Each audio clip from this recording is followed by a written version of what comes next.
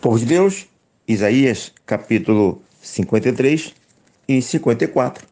O 53 é o conhecido texto que os cristãos entendem como o texto messiânico, né? Assim como outros textos, mas esse é um dos mais conhecidos, né? Lidos nas cerimônias de ceia do Senhor e automaticamente entendido como um texto que fala de Jesus. Naturalmente, se você fizer uma pesquisa e trabalhar o texto, você vai ver pessoas que vão dizer que, na verdade, o texto não fala do Messias. Outros textos vão dizer que até fazem menção a um futuro, mas esse aqui, na verdade, não faria menção ao futuro, ao Messias, mas sim ao povo de Israel. Coisa curiosa, né? E aí, de tudo que se fala aí, quando alguém fala para mim, quando eu estudei, quando a gente percebe que alguém vai falar que esse texto aqui não é um texto messiânico, mas fala do povo de Israel, logo me vem à cabeça, à mente, o versículo 9, 53, 9. Olha o que diz aqui, ó. Designaram-lhe a sepultura com os perversos, mas com o rico esteve na sua morte, posto que nunca se fez injustiça, nem dolo algum se achou em sua boca. Olha só, nunca se fez injustiça, nem dolo algum se achou em sua boca. Isso aqui é povo de Israel? Isso aqui tem como ser povo de Israel? É. Algo que é muito forte nesta povo é pecado, é idolatria, é injustiça social. Sodoma e Gomorra foi destruída essencialmente por causa, essencialmente não, um dos pecados, né, graves de Sodoma e Gomorra é a injustiça social. Além do homossexualismo, a injustiça social. Então, na Bíblia toda, a injustiça social sempre foi combatida e o povo de Israel praticou muita injustiça social, pecou muito. E o que você vê aqui é nitidamente algo que realmente nos parece, né? Nítido que nos parece é complicado, mas indícios fortíssimos de que é o texto messiânico e não um texto relacionado a Israel. Não é isso? Então, partindo do princípio que é um texto messiânico, o destaque aqui é o versículo 2. Para mim, estou destacando aqui: nenhuma beleza havia que nos agradasse. Interessante que o texto em si, ele está nos ensinando algo que remete a um comportamento do ser humano, a uma natureza humana, que é a questão de se deixar se atrair por belezas humanas. Então, já que o ser humano é aquela pessoa que facilmente se atrai por beleza, esse servo aqui sofredor, que, que a maioria dos teólogos entende que é Jesus Cristo, e que outros teólogos, principalmente judeus, vai falar que é o povo de Israel, né? Esse aqui não tinha beleza que atraísse. Percebeu aqui a minha palavra? Nós, por natureza, temos a tendência de nos aproximar, de nos sentirmos atraídos por algo que é belo aos nossos olhos. Lembra lá ah, de Moisés, lá quando o faraó mandou matar todas as crianças, e quando a filha de faraó olhou aquele Moisés assim, pegou ele naquele rio, ela falou: olha, que uma criança bonita. Foi a beleza, além de ser criança, foi a beleza de Moisés que atraiu a filha de Faraó. Entendeu? Eu sempre digo: você está na rua, se você vê um gatinho lá assim, abandonado, assim, é um gatinho, um cachorrinho lá abandonado. Mas tu vê um cachorro bonito, um gato, por que gato bonito onde tá abandonado? A tua reação já é outra. Se o gato é bonito, se o cachorro é bonito, tá na rua, tua reação já é outra. Você é um cachorrinho feio, vira-latinha. Pode ser até um vira-lata, não importa. A questão que vai fazer diferença é se ele é bonito ou feio. Se ele é bonito, vai ter uma reação. Se ele é feio, você tem outra reação. Então, eu quero dizer com isso, nós precisamos tomar cuidado com essa nossa natureza. Porque nós não podemos nos deixarmos vivermos, agirmos por nossa natureza. Porque se nós deixarmos a nossa natureza viver em nós, nos guiarmos, nós seremos preconceituosos, racistas, né? E vamos começar a selecionar. E aí o ser humano, ele vai acabar sendo visto como um produto, né? Não como um ser humano. É isso? Na igreja sempre falo isso. Deve tomar muito cuidado. Porque se for pelo natural, a gente vai fazer seleção. A roupa vai fazer diferença, o carro vai fazer diferença. É isso? O grau de instrução. Então, cuidado com isso. Nós precisamos olhar o ser humano sempre, primeiramente, como ser humano. E cuidado com as belezas geral do mundo, né? Porque o engodo para enganar, automaticamente, quando alguém quiser enganar o outro, no aspecto humano ou no aspecto espiritual, vai usar a ferramenta da beleza, da atração, porque sabe que essas questões o homem cai com facilidade. Não é isso? Então, versículo 3, homem de dores, né? Então, homem de dores, o servo do Senhor, homem que passa por situações, mas não abandona, está focado no teu propósito. Há muitos cristãos que não se imaginam e não admitem em sua vida ser um homem ou uma mulher de dores. Se Deus tiver um projeto, pessoal, vou te dar fama, vou te dar isso, vou te dar aquilo, meu projeto, oh glória! Mas se no projeto de Deus, Deus fala assim, eu vou ser, no meu projeto, você vai ser homem de dor, mulher de dor. Aí complicou, as pessoas já fecham os olhos, já não quer, né? Há serviços que as pessoas não querem, mas todo serviço é necessário, é isso. O psicólogo, a psicóloga que trabalha no ar-condicionado, psicanalista, né? Secretária, e há o peão que trabalha no sol, né? Há aqueles que recolhem corpos na rua, em decomposição, é isso? E há aqueles que trabalham, médicos que trabalham em escritório de ar-condicionado com consultas. Tudo isso é necessário para que as coisas funcionem. Para todos, para tudo tem que ter pessoa, senão não funciona. Há aqueles que trabalham selecionando frutas. Há uma profissão, aquele que trabalha provando comida, é isso? E há aqueles que trabalham catando lixo da rua, tirando as coisas, os lixos da rua. Tudo é de fundamental importância. Porque se essas questões, se não tiver essas pessoas, se essas pessoas não fizerem o trabalho dela, o mundo entra no caos.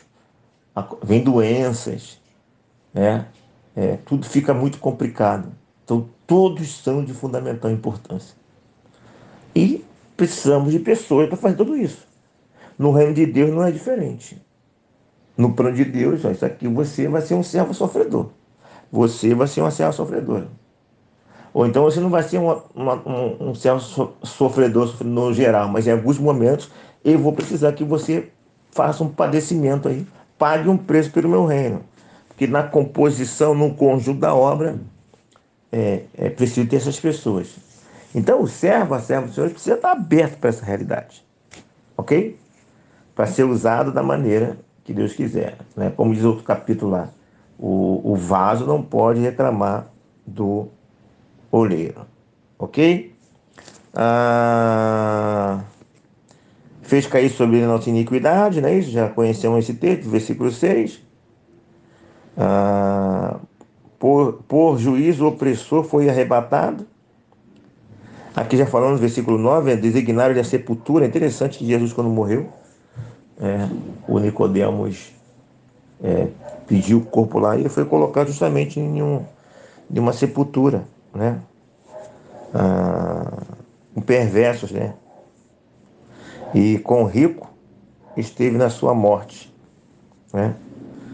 Aqui tem uma menção a Mateus capítulo 27, 57 a 60, né? Lucas 23, 33, mostrando aí que essa realidade se aplica perfeitamente a Jesus. Ao 10, todavia o Senhor agradou Moê-lo. Tá vendo? Ó, no meu propósito, eu preciso que você passe por isso aqui. Aí hoje eu falo assim, ó, meu servo, meu propósito, eu preciso que você passe. Não, isso aí não. Ué, meu servo, no meu propósito, eu vou te dar honra e glória. Ô, glória, eu quero. Meu servo, minha serva, no meu propósito, eu quero que você passe pelo moinho. Se você moído, não. Ué, que servo é você? Né? Que servo é você? Eu coloquei uma referência que eu nem consultei, mas depois, se você quiser consultar, Hebreus 2:10. Eu não consultei, não vou consultar agora. Acabou que eu não me atentei isso aí, eu não fui lá, não vi. Hebreus 2:10, aqui, deixa eu ler o que eu anotei aqui de Hebreus 2:10, que eu não lembro, mas está aqui anotado na minha Bíblia. Porque convinha que aquele por cuja causa e por quem todas as coisas existem, conduzindo muitos filhos à glória, o aperfeiçoasse por meio do sofrimento. Eita glória! Aperfeiçoasse por meio de sofrimentos o autor da salvação dele. Meu Pai do céu, tá vendo? O sofrimento é um meio de aperfeiçoamento. É o que nós já conhecemos com o papai e com a mamãe, não é isso? É o cinto, né? É o chinelo, é o castigo, com o objetivo de aperfeiçoamento. Como eu falei no capítulo anterior, o diabo veio para matar, roubar e destruir. O destino, o objetivo final do diabo é matar. Quando ele causa dor, alguma coisa. Deus não. Quando ele causa dor, quando ele deixa acontecer, o objetivo dele é produzir vida. Então é bom. É bom, apesar de muitas vezes para nós não sermos bom. Não ser bom.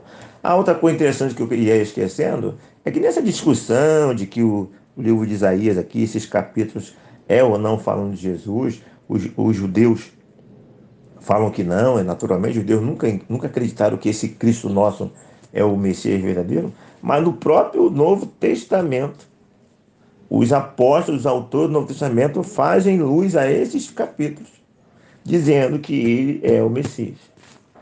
Ok? Então, isso não é de agora, essa interpretação. Você vê os próprios autores bíblicos fazendo menção a esses textos como messiânicos. Então, são mais de 70 menções do livro de Isaías no Novo Testamento. Os Salmos é o livro que tem mais menção no Novo Testamento, ok? E Isaías tem mais de 70 menções. Então, os autores do Novo Testamento entendiam que o texto lá era messiânico, ok? Ou é messiânico. Ah, e a vontade do Senhor prosperará nas suas mãos. Né? 11. Ele verá o fruto do penoso trabalho. O fruto do seu penoso trabalho. Alegra-te sobre mim. Aí, ó. Olha o louvor aí de devocional aí, ó. Tá vendo? Então você vai sofrer, você vai pagar um preço, Deus vai te usar, vai passar pelo moinho, mas não deixará de receber o fruto do seu penoso trabalho. Ok? Essa justificação, versículo 11, será para muitos, porque nem todos irão aceitar. Né? Então, serão muitos, mas infelizmente, porque o caminho é estreito, a porta, o caminho é estreito, e poucos são os que entram por esse caminho estreito. Então, o versículo 11 fala de muitos, né? E muitos no sentido de quantidade, olhando os salvos. Já no Novo Testamento, os poucos, é poucos em relação à humanidade, é pouco. Se eu olhar milhões de pessoas juntas, são muitas pessoas. Agora, se eu comparar essas milhões de pessoas juntas à humanidade, vai ser pouco. Ok? Ah, então ele levou sobre si, versículo 12, o pecado de muitos e pelos transgressores intercedeu. Ok? Então não adianta a salvação dele, ela só se concretiza por meio da aceitação do outro. Se o outro negar, aquele sacrifício não serviu de nada. E profeticamente, isso realmente ia acontecer. E a minoria iria aceitar essa realidade. O capítulo 54 continua aí falando da questão dessa restauração do povo de Israel. E diz aqui, né, que aquele que era estéril, né, agora haverá uma luz. Você vê aí sempre aquele intercâmbio, né? Onde fala do povo de Israel, sim, tem um sentido para ele lá. E muito do que fala lá é messiânico. Então esse povo era estéril, né? Ficou muito tempo ali sem produzir vida, mas depois eles foram resgatados, eles seriam resgatados. Então o versículo primeiro fala que cante alegremente, ó estéril, que não deixe a luz. Só que agora essa luz vai voltar, né? Como antes.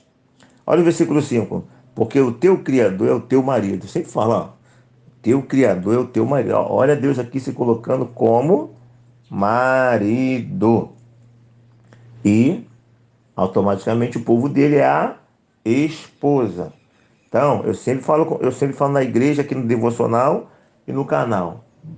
A perspectiva que Deus tem de relacionamento que Deus tem para com o seu povo é uma perspectiva de casamento.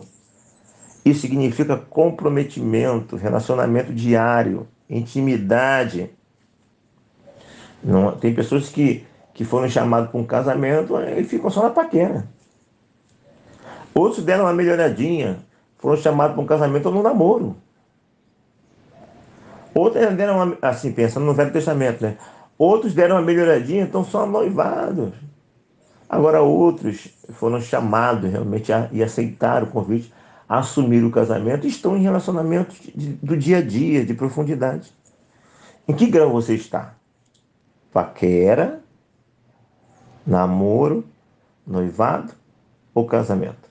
Partindo da simbologia do Velho Testamento.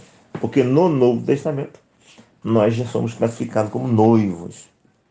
E há muitos que, apesar de ser noivo, vivem como paquerador, né? Vivem como namorados, mas deveriam assumir a postura de noivo. No Velho Testamento deve-se assumir a postura de casal. Tá vendo a intimidade, a profundidade que Deus mostra, a perspectiva que ele tem de relacionamento? Aí compara essa perspectiva com a nossa realidade. É anos-luz de diferença. O quanto nós precisamos crescermos. Versículo 7. Por breve momento te deixei, mas com grandes misericórdia torno a escolher. Está vendo? Esse breve momento aí, 70 anos no cativeiro babilônico. Para Deus, é breve momento. Está vendo, né? Que o tempo de Deus, a visão de Deus, o contexto de Deus é diferente do nosso? Só 70 anos, brevinho, só pouco tempo. Né? Hoje é a nossa perspectiva de vida aí, 70, 80. Normalmente quem passa disso aí, já foi, não tinha nem perspectiva de chegar a isso. Não é isso? Já glorifica a Deus por ter superado perspectivas. Né? Então aqui, 70 anos que ele ficaram lá, é breve tempo. Claro, a realidade dele lá é um pouco diferente da nossa, né? Vivia um pouco mais do que a gente. Mas permanece aqui a mensagem. Né? Então é o tempo de Deus, é o filme de Deus, né? Que acontece em uma série e não acontece rápido como nós queremos. É o tempo dele. Né? Então nós precisamos olhar os acontecimentos bíblicos, as promessas da volta, tudo isso dentro da perspectiva do Deus, não da perspectiva humana. O Deus que um dia, 1.000 anos é como um dia, e um dia como 1.000 anos. Versículo 13: todos os teus filhos serão ensinados do Senhor, e será grande a paz de teus filhos. Tá vendo? Ó, teus filhos serão ensinados. Sua descendência. Aqui aprendemos o quê? Ensino o princípio de que os filhos precisam ser ensinados. Mas como o filho vai ser ensinado se o pai mesmo não se interessa em aprender? Como é que teu filho vai aprender a ler Bíblia, vai ter o gosto de ler Bíblia, se você mesmo como pai não tem esse prazer? Se ele não vê você fazendo isso, se ela não vê você fazendo isso. Como é que eles vão aprender se você mesmo não foi ensinado? E se você não se esforça para vencer essa barreira, né, esse obstáculo, e ser ensinado? Eu sempre coloco aqui em casa: filha, nós viemos de uma família humilde, entendeu? Muito difícil. Viemos na linha da pobreza e não tivemos quase oportunidade. Só depois, já de velho, que conseguimos mudar um pouquinho a realidade. E agora você já nasceu em um lar um pouco mais estabilizado. Você tem uma base maior para dar condições melhores ao teu filho. E assim as coisas irem mudando. Já começou a mudar comigo. Se você pegar a minha geração, já mudou um pouquinho comigo. Entendeu? Já aparece alguém na família com um pouco mais de estudo, com uma formação, né? E, e ainda é pouco, mas já deu uma melhorada, né? E, e você agora tem hoje uma base que vai te dar condição de você. Depende de você. E aí você não vai melhorar 100%, mas você vai dar melhores condições dos teus filhos e assim sucessivamente. Então alguém tem que quebrar esse negócio aí. Então se você não quebrar o ciclo de uma família que pouco estuda, né, não leva a sério as coisas de Deus, aí como é que o outro vai ser estimulado a isso? Esse ciclo tem que ser quebrado, tem que ser melhorado a cada geração. Não podemos ser a mesma coisa. E para encerrar, versículo 15: eis que poderão suscitar contendas, mas não procederá de mim. Quem conspira contra ti, cairá diante de ti. Bom, no tempo da restauração, já pagou o preço, agora é tempo de restauração, e não adianta alguém querer falar coisa contrária, não adianta alguém querer se levantar, que já pagou o preço e agora a restauração vem do Senhor. E se tiver alguém querendo impedir esse processo aí, pode saber que não é de Deus. E não vai prosperar. Essa é a palavra. Né? Depois da correção, depois que as coisas foram acertadas, não há mais o que se pedir, vamos dizer assim, de resgate, de se cobrar. É tempo de crescimento, é tempo de renovo. E quem se posicionar ou pensar diferente, isso não vem do Senhor naquele contexto. E acreditamos que isso também perfeitamente aplicável ao dia de hoje. É isso. Não se esqueça, se inscreva em nosso canal, nos ajude a produzir conteúdo. Aqui, Pastor Renê, pense em todas essas coisas e que Deus nos abençoe.